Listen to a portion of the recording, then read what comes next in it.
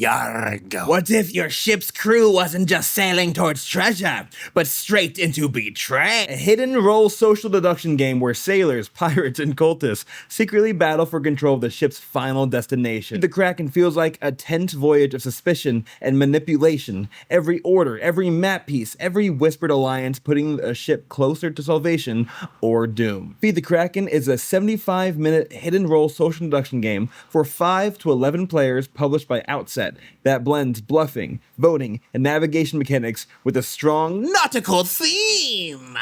This is Feed the Kraken, a game I'm excited to talk about today. I'd like to say thank you to Outset for sending me a copy of this game. And the great thing about before you buy videos, I'm not really that biased because this is just before you buy. I'm just giving you factual information with a little bit of my opinion at the very end. This is everything we talked about so far. It is a social negotiation game, which I do not like social negotiation games. This is one of the only 2 social negotiation games I actually like, and I'll say why in a second. It does include different roles, bluffing, alliances, but it's not lame and you can't get knocked down the first few rounds, meaning you're not stuck for like in 90 minutes waiting for the game to end. This is a pretty long game in terms of social deduction, but you're active almost the entire time with very little downtime. You are all in agreement with most of the actions, and that's just about everything with it. Let's get started with the how to play. This is generic how to play because it vastly changes depending on the player count. But I'll just say the core details are accurate. You're going to give everyone different role cards. Role cards will determine if you're going to be a pirate, a sailor, or the cult leader. There's only one cult leader in any game, basically. That will change as the game progresses, most likely. What you will do is someone's going to flip over their assigned role, which are these cards right here, and become the captain. The captain just means you're the first person to make decisions in the game, and you'll get a second role card. The role cards are depending, sometimes they're one-time uses, sometimes they're recurring uses, sometimes they're strong, sometimes they're decent. This one, they're as balanced as any other role cards in social deduction games, which means that, you know, just lean into what you have and move on. Once you're the captain, you're going to be deciding who is going to be your navigator, who's going to be your lieutenant. What happens is lieutenant to right-hand man and navigator makes a final decision. Even though it might seem like lieutenant has more weight to the captain, then the navigator is probably the strongest person in each decision. We'll say why in a second. So let's say I have player 1 become the lieutenant and player 2 become my navigator. The rest of the table will see who the captain is, who the lieutenant is, and who the navigator is. Then they're going to take their gun tokens that they were given about 3 or 4 at the beginning of the game, and they're going to put them close-fisted. At the same time, we're going to say 1, 2, 3, and flip up. And then everyone who has gun tokens basically will be voting with their guns if they want to kick out the captain. I don't remember the exact number, but there's a specific number you have to hit in each player count to kick out the captain. By kicking out the captain, it will then go to, I believe, whoever played the most amount of guns to become the captain. And then they're going to hand out their own lieutenant and navigator tokens. If you do not successfully get rid of your captain, you do not remove the gun tokens, meaning that you're not going to be wasted for any stupid reason. And the main reason you want to look out for whoever is a captain, lieutenant, and navigator is because of this. So once this is situated and no one's going to kick out the captain will go ahead and draw 2 navigation cards, which I cannot find. These are not them. Where are my navigation cards? I have a bad habit of walking around with cards in my hand. There they are. Okay, they're right here. So the captain will draw 2 navigation cards. And look, the navigation cards will have a location on which direction you're going to go, which is going to be north, west, or east. Never south, because that's backwards. North will just be straight. One direction is going to be taking you to the red side. One direction is going to be taking you to the blue side. Now, back to the roles we're talking about. Why does this matter? At the end of the game, only one class can win. If the pirates are able to take the boat to end up in the pirate victory, what's it called, Pirate's Cave, then they win. It could be at any of these locations. If the sailor's able to take the boat to the sailor's location, then they win. If the cult leader is able to either be fed to the Kraken or make it down the middle of the game, then the cult leader will individually win, which is probably the most unique way of winning any game that's a social game, is by being the only one who wins. So the captain's go ahead and look at these 2 cards, decide which one he wants, and puts it face down inside this box right here, put the other one in the discard. And then the lieutenant will get the box and then do the same thing. Look at the top 2 cards, decide, put one that he likes inside the box. Now keep in mind, these cards also have effects on them. The effects will be described on the inside of the box, so you don't have to be like, oh, what's this mean? What's that mean? On the inside of the lid, it will say what effect does what, which is necessary, because not only are you going to that specific direction, you're also using that specific ability, which could change captains, could hurt people, could give people guns, could do this or that. It changes the game, so you want to pay attention to that for sure. And then after both directions are chosen, you want to give the box to the navigator. The navigator will look at both of these and say, which one do I want to use? They'll discard one and keep the other. Whatever the navigator chooses will be the direction of where the captain goes. Now, what you'll do is you'll throw out the one you don't want to use. You'll give the box back to the captain. The captain will have to play the card. So basically, you can make the captain look worse by playing this card. For some reason, people forget that the captain does not actually make the final decision. He just chose the navigator to make the final decision. So the captain will have to keep the card in front of him the whole game. So when people say, oh, you voted west, you most likely are a sailor or something. That means that you can lead people in the wrong direction, because maybe that person's actually a sailor. Or maybe they're a pirate and you want to lead them towards the other direction because of whatever reason. It's an interesting way to assign blame in this game because it's a weird psychological thing. The card's in front of the captain, even though the captain didn't make the decision. So if you want to know where we went in the game, you just look at where the captain cards are and you'll be able to see, oh, we went there because of that, we did this because of that. So it's a nice way to track of things in the game. When you cross over certain tiles, you're going to do the abilities on them. Sometimes it might call for a vote. Sometimes it can get you more information. It depends on the situation. These Kraken tokens allow you to throw one member of your team into the Kraken. Now here's the thing, as long as anyone goes in, you're fine. But if the cult leader goes in, you're kind of screwed because then the cult leader immediately wins the game. The cult leader wants to be fed by the Kraken.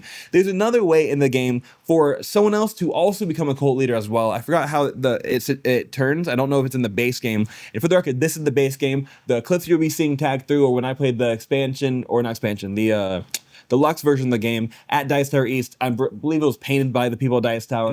And it's a smaller box for sure. The base game's smaller compared to the bigger box. But regardless, you're gonna have a good experience either way. It adds a little bit more feel to it, but I think it's a completely optional experience for sure. Overall, everything I said, that's basically how the game works. There's some nuances inside of the rulebook. There's more description, more elaboration, but that is effectively parts of this before you buy.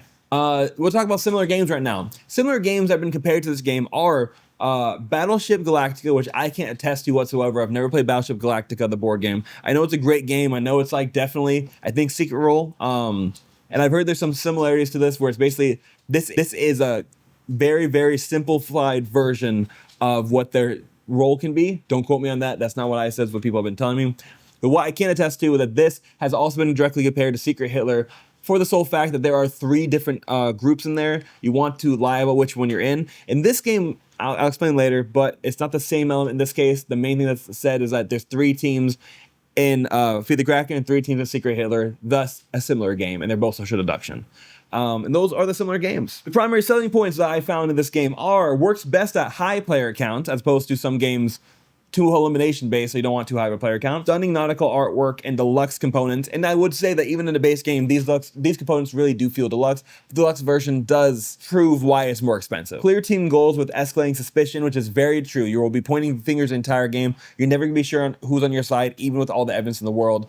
But through logic, you should be able to deduce certain aspects, especially with some of the effects that come on. Hidden roleplay that creates big table moments and memorable reveals, very true. Some of the best hidden role games, you know it's a good hidden role game because the best part of the game is the table talk after the fact. The only other game I can think of that is that good is Veiled Fate. Even though I don't love it, I know it's a good game. I know people have a great time with it. And Ivy Studios does a great job with almost every game they've ever done, so just keep that in mind. Now let's go into the My Opinion section of this video. The My Opinion section is really just stuff that I believe, no longer completely factual, but I try to say as apathetic as possible when doing these games.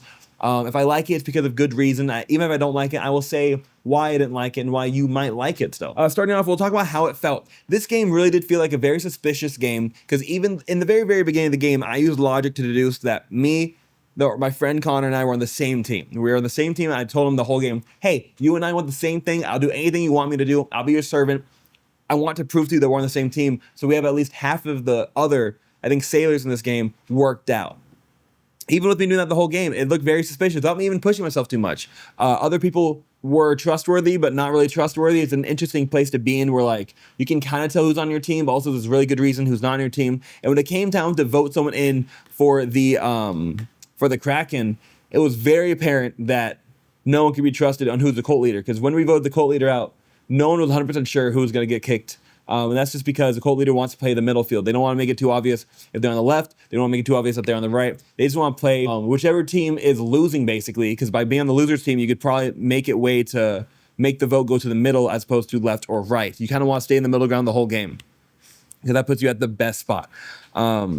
in my opinion. Now, what I didn't like about this game, it felt like some of these abilities were definitely overpowered compared to others. I don't know why these abilities are never really balanced in social deduction games. Some of them are pretty cool. Some of them were able to use once for good information. Some of them were not being able to be used whatsoever, and like unless a very specific context happened. Some of these abilities were objectively better than others. Considering the game takes about 90 minutes or so, you want that to not necessarily be the case, or if you don't want to run it back if this skews the game too much. But honestly, this game has not much to complain about. It's social deduction, so that in and of itself is usually a complaint for me. But this was a very fun time. You have to play with people who are going to make faster decisions because the game could definitely get drawn out. Play with the teacher because the teacher will make the game significantly easier. Rogue was good, I'll say that much. It was easy to read through enough, but when it comes to a lot of these specific questions, it's harder to find answers to without using an online forum or knowing someone who's played the game before. So definitely play this game at first with someone who knows the game and then spread the word, spread the love. This game was super hard to find in America, so thank you so much, Outset, for sending me this game. I'm really excited to gain some more presence of this game at Caravan Convoy and other of our tabletop events in Central Florida.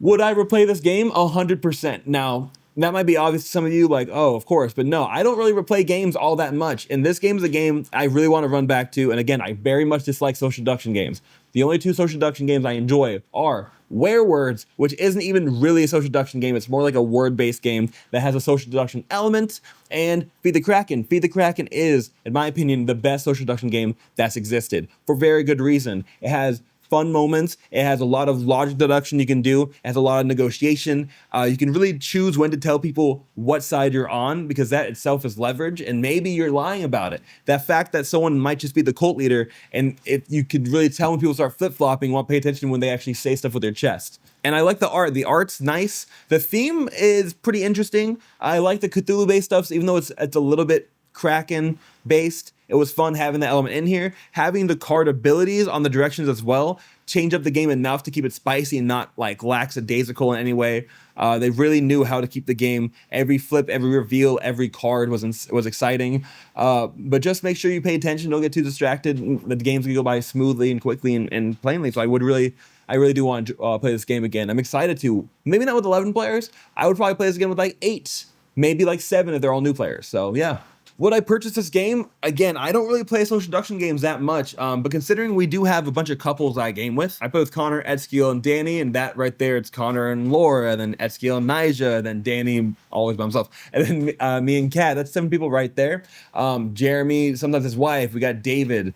We got a bunch of people in our gaming group, so it's nice to have all of us together at one game table. Even though it's social deduction, it's a game that we all played together, we all enjoyed, and I'm pretty sure that even my wife, who doesn't like social deduction games, would enjoy this one because it's just a fun time. I can also get competitive with that, which is another good thing, because some of these social deduction games you're there for the story. Screw that. If we're not competing, I'm out. You know what I mean? So TLDR, I think I would buy this game. I think I would if it's like under 50. I don't know what this was at, but like 35 is probably the best price for this for me personally. And I'm excited to 3D print some of these components that I can use to replace this. These standees are really, really nice, but if this game gets played a decent amount, I intend to keep it. I would definitely 3D print components and paint on it, just because it's a game you want to keep for a long period of time. But these do more than enough of a job. They're double-sided. They have nice bright colors.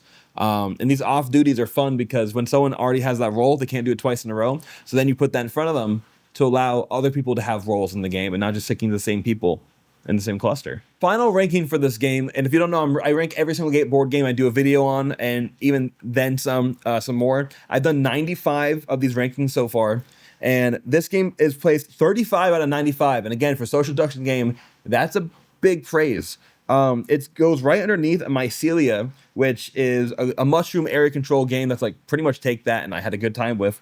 And right above Welcome to the Dungeon. I love Welcome to the Dungeon. It's a nice push your luck game. But that game, you get in some moments that you can't really do too much about. This game, you can always try to sway people with your conversation. And also, this is like a real heavy game, while Welcome to the Dungeon's a tile game that goes by in like 15 minutes max. I've had a game that ended in less than 5, genuinely.